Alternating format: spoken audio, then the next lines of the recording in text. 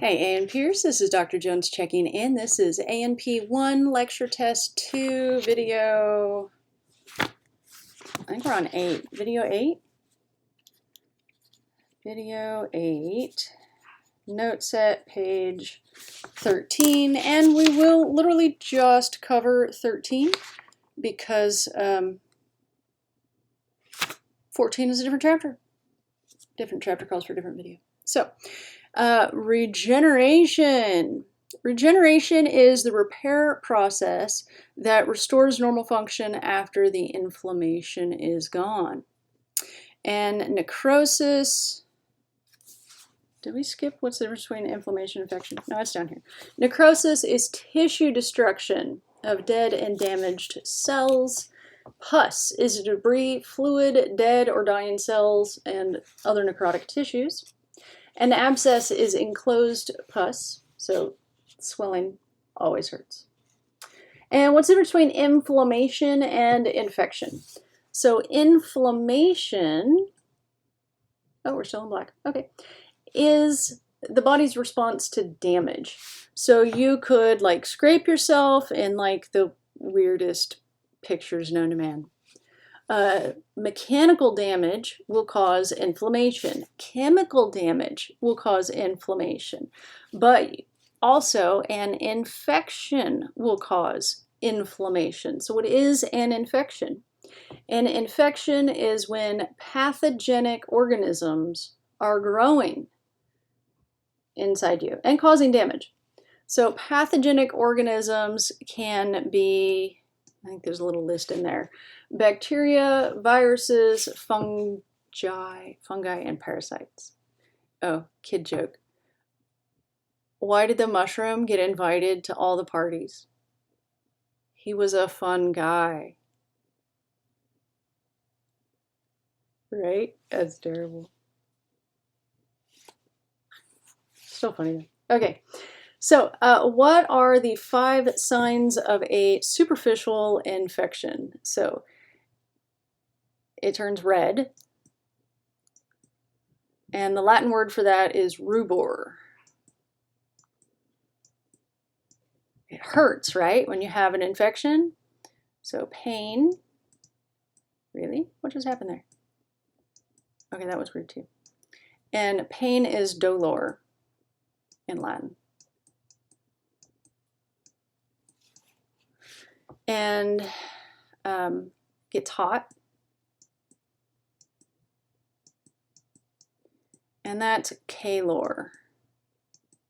So this is the same word root as calorie, but the calories in your food are capital C calorie. So they're actually kilocalories. So they're 1,000 times as much calorie. And a calorie is a measure of heat. So to measure the energy provided by your food, they put it in a container in a thing of water, a specific amount of water at an exact specific temperature. And then they burn that serving of food in the container and then measure the temperature of the water. So they measure the energy of the food by measuring the increase in heat when they burn it. So that's what calories are.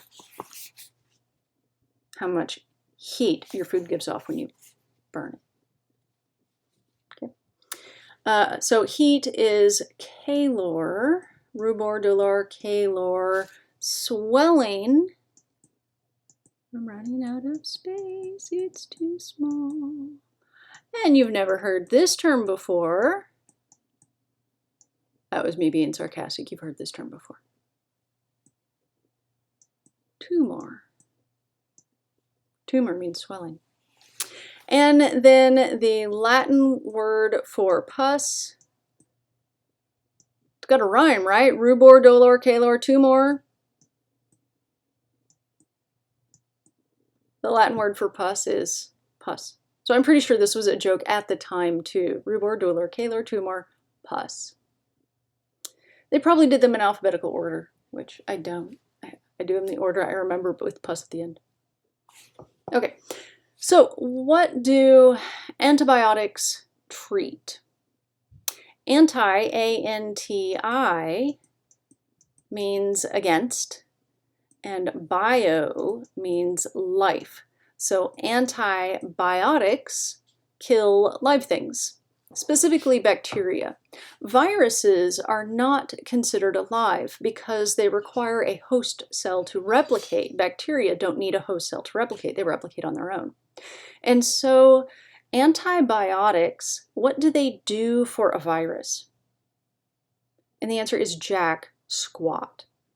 Nada, zip zilch, zero, nothing.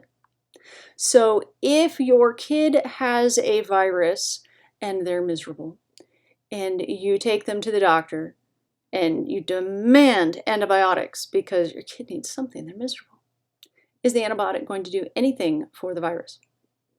No. Now, is it possible for a viral infection to go on so long that it causes so much inflammation, and that inflammation is the perfect medium for a bacterial infection to grow? Yes, that can happen. So you can have concurrent infections, bacterial and viral, at the same time. So what kind of medicines do you take for viruses?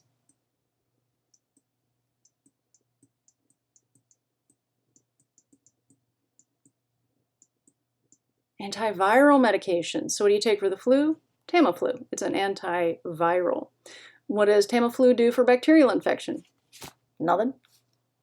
Okay, so antibiotics treat bacteria. Antivirals treat viruses. What about antifungals? Fungi. Antiparasitics treat parasites. What does an antibiotic do for a fungal infection? Well, it usually makes it worse. But again, can you have a fungal infection and a bacterial infection at the same time? If the fungal infection's been going on long enough with enough inflammation to have lots of fluid which is the perfect medium for bacterial growth? Yes, absolutely. So it is possible. But for a general, just beginning, antibiotics don't fix everything. Okay. Also, this is not a political class, and I am not here to discuss politics. But every now and then, politicians will insert themselves into scientific matters in completely asinine ways. And I will tell you when their science is wrong. Okay.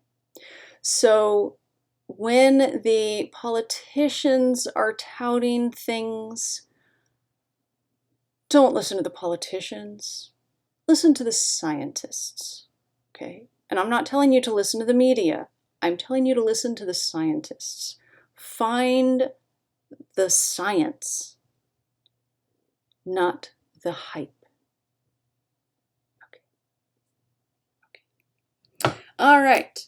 So with age, tissue regeneration decreases, repair activities decrease, energy consumption rates decrease. And I don't have this next extra credit for you yet. And I'm not sure if it's going to. So check with me if the EWG is going to be an extra credit for this semester, because I'm not sure yet. What percentage of cancers are estimated to be by chemical exposures and environmental factors? Now let's be clear here, everything's a chemical. Okay, the air you're breathing is chemical, the water is a chemical. Literally everything is chemical. So when we say chemical exposure, we're talking about exposure to toxic chemicals. Okay, I mean apples are made of chemicals. I mean literally everything's okay. So chemical exposure and environmental factors, 70 to 80% of cancers are caused by toxic chemicals in our environment. And what percentage of those are caused by cigarette smoke? 40%. So they're really not good for you. Smoking is bad for you. Okay. All right, quiz. What are the 4 primary tissue types? Excellent. Epithelial, connective tissue, muscle, and neuro. What are the 4 functions of the epithelium? Well, they keep the good stuff in and the bad stuff out. And permeability, and they secrete stuff. Oh, what was the third one? All right, I'm gonna look it up. You're looking it up. Might as well look it up. Sensation. There are sensory nerves in your skin, and your skin is one of your epithelia. Mesothelium versus endothelium. Mesothelium is that's right, serous membranes, and the endothelium lines the inside of the heart and blood vessel. Exfoliative cytology. It's when you exfoliate the cells, or like the inside of the cheek or something, and then study those cells. So read about that. It wasn't in the note set, but it is a test question. And the location of transitional epithelium. Is it the transition between two different kinds of epithelia? Ah, heck no. That's not remotely right. It's not the transition between two different epithelia. It lines the inside of the urinary tract. It allows the bladder to expand and contract without damage. That's why. What are ductless glands that produce hormones into interstitial spaces called? Endocrine glands. And what if they have a duct? Exocrine glands. And is the pancreas an endocrine gland or an exocrine gland? Yes, yes it is. It is both. Excuse me.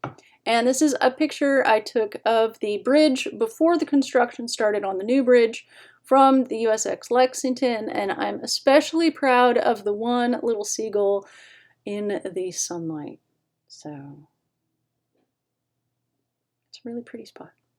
All right, so thank you. This has been chapter 4. So the next video will start chapter 5, which is page 14 on my note set. So thank you as always for tuning in. This has been A&P1 Lecture Test 2 video 8.